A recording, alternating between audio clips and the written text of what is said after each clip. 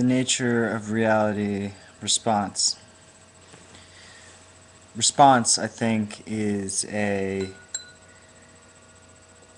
valuable word in reality, because reality is composed of responses to responses to responses, and original messages come into play. Source of the message, but the source is difficult for us to connect with in terms of it isn't difficult, it's easy, because it is here everywhere for us to experience and feel and understand. But truly being the source, I mean, we can be the source for our version of it, but that truly primary spark, I don't know where, or I do know. I mean, I don't want to get caught up in this linguistic polarization, because when we say I don't know, we could know, and maybe we do know if we want to know, and maybe we can be it. We can represent source well if we push and grab hold of it. I just noticed, actually, with, when I even just connected to myself looking into this camera, it grounded me and brought me back a little bit, rather than kind of sitting here and not really focusing on the projection that I'm putting out. And there are pluses and minuses toward knowing that we're being recorded.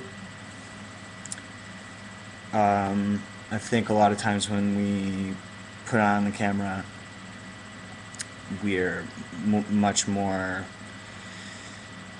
censored, because we're trying too hard to put out the message that we want to put out. Now, the reality of the situation is that whether or not this little webcam is on, we are being recorded. And every movement or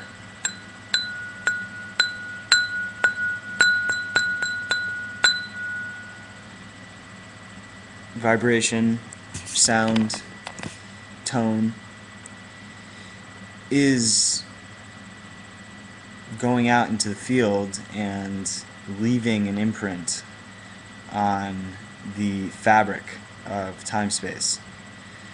And that isn't going anywhere, and that is, well, it's going places, but it's not going to, it might dissipate, it might dissolve, but it's not going to fully disappear, I don't think. I mean, this is where the polarities come back in, because we have the idea of impermanence and how nothing is permanent necessarily. But maybe that's just, it's not permanent in its original form. So if when I bang on this upside down glass, it puts that imprint into the fabric, and as the progression unfolds, it's going to alter its form because of its interaction with everything else. and every particle or movement of that original message is, I want to kind of thread this back into Tal's Pinecone, because there are all of these separate realities in the full unified form. So it's interesting to think of movements or sounds as also representing a reality. It's a non-physical, or